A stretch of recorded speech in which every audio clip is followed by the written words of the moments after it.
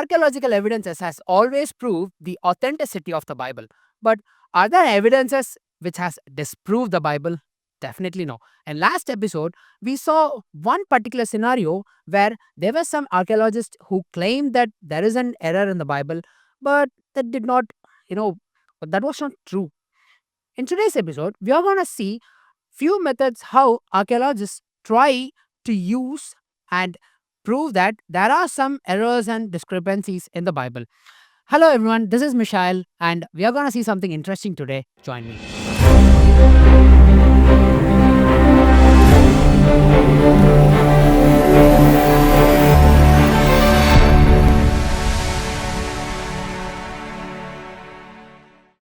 One of the weapons which critics uses to find a fault in the Bible is archaeology.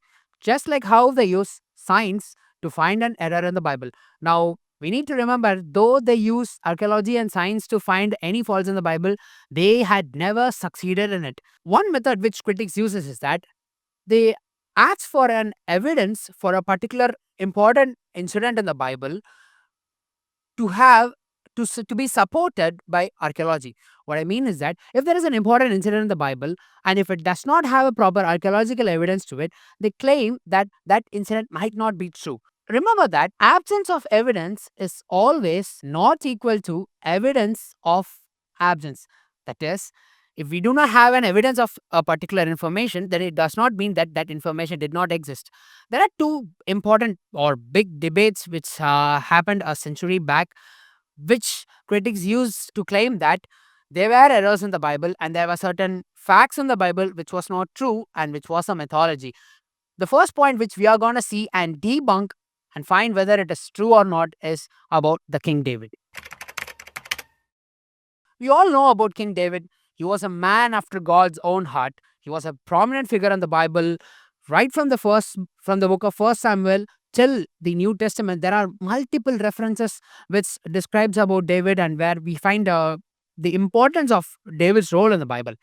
Now, what critics started to do is that if David was such a prominent figure, if his reign over Israel was very important, then shouldn't there be a huge evidences or a lot of evidences proving the existence of David?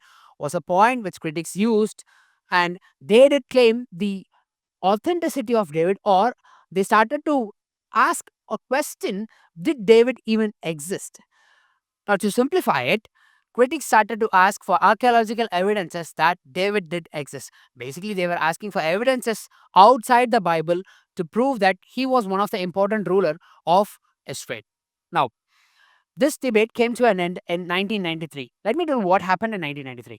In 1993, in the location Tel Dan, which is there in the north part of Israel, an archaeologist, Gaila Cook, when she was excavating a particular city, a city which was invaded by the enemies, they were finding who had invaded, what had happened there, how that city was destroyed, and a lot of things were being discovered in that location. But one day, for their surprise, they found a inscription. That is, they found a stele. Now, a stele means it's basically a monument which in ancient cultures kings used to place when they win a war. If a country or if a kingdom invades another kingdom, and if they win it and there is a big victory or there's something great had happened in that war, what they do is that they take a clay stone or they take a basalt stone and they start to inscribe how the war was won, and they start to make note of the important victories in that war. For example, they might have killed a particular king, or they might have occupied a big territory, or something great that was achieved in that war. So what happened is was they did find a stone which had a particular inscription in it. So this is called as the Tel Dan inscription or the Tel Dan stele. What was written in the stone is very important. There were two words written it, and this was written in an ancient Aramic language. People did find that this was written by, or this Tel Dan inscription was inscribed by the Aramean king when he had invaded this part of Israel. The important words which was found in this inscription was number one, King of Israel, and then House of David.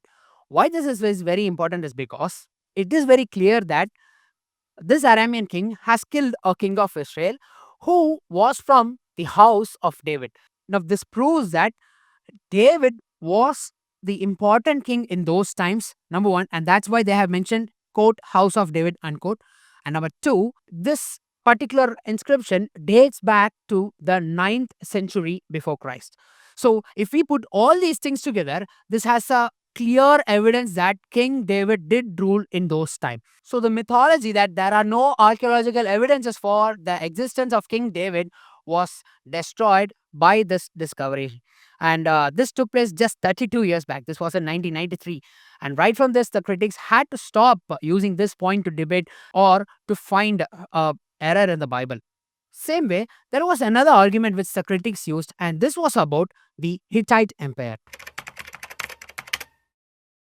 There are more than 50 biblical verses which talks about the Hittites. We can see verses which clearly says that Hittite was a empire, they were a separate kingdom, they had a land, and there were some people of Hittites who lived along with the people of Israel also.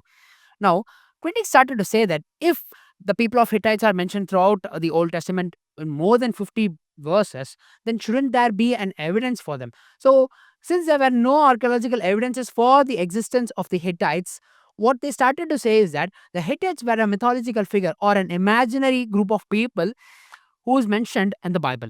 Now, let me tell you why the Hittites were viewed as important people by the critics in the Bible. That's because they are mentioned right from the days of Abraham till Solomon. Let me give you a few examples. In Genesis chapter 15, verse number 18 till 20, God promises the land which he is going to give to the descendants of Abraham. Chapter 15, verse number 18 reads as, On the same day, the Lord made a covenant with Abraham, saying, To your descendants I have given this land. And now the detail is mentioned right from that verse. And in verse number 20, we can read that the Hittites, the Perizzites, the Rephaim. This is again mentioned in the book of Joshua, chapter 1, verse number 4, as from the wilderness and this Lebanon, as far as the great river, the river Euphrates, all the land of the Hittites, and to the great sea, toward the going down of the sun, shall be your territory. So, in this verse, we can clearly see that in the days of Joshua, God has given the land of Hittites to the Israelites. Again, we can see the people of Hittites still did live along with the Israelites if we read few verses from the book of Samuel and Kings. 2 Samuel chapter 11 verse number 3 says as, So David sent and inquired about the women, and someone said, Is this not Bathsheba, the daughter of Eliam, the wife of Uriah the Hittite? So now in this verse, we can clearly see that a Hittite was a part of the army of King David, but still they were not Israelites. If we read First Kings chapter 11 verse number 1, it is more clear. But King Solomon loved many foreign women, as well as the daughter of Pharaoh, women of the Moabites, Ammonites, Edomites, Sidonites, and Hittites. Now here Hittites are referred as foreign women. So we can clearly see that there was a kingdom of Hittites. The Hittites had a particular territory, they had a separate land, but even after the Israelites had conquered them, the Hittites still did live. Now there are so many verses in the Bible, but it's just giving some top 4 biblical verses so we can understand who the Hittites were. Now, since the Hittites being so important and mentioned in the Bible more frequently, the critics started to say that if they were such a important people, or if there are more than 50 biblical verses about the Hittites, shouldn't there be sufficient archaeological evidences to support the existence of such an empire? In 1906, archaeological evidences for the existence of Hittites were found. What happened was, in this location of Hattusa, that is in modern day Turkey, there's a city called Hattusa.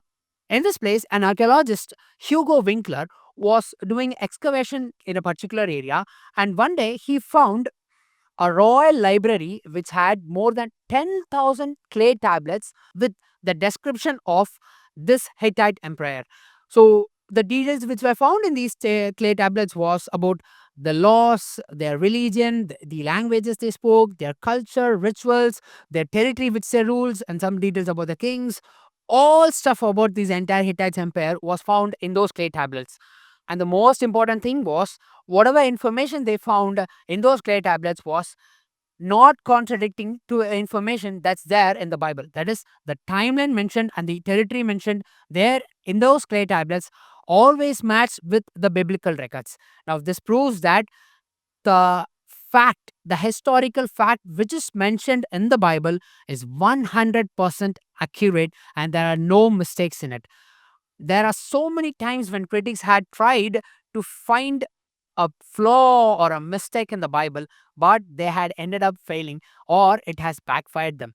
So, the point which the critics used to argue that there is a flaw in the Bible had now become a strong archaeological evidence to say that the Bible is accurate and there are no mistakes in it. We can 100% believe this book, and every single verse is accurate and there are no mistakes in it. The Bible is always inerrant and infallible.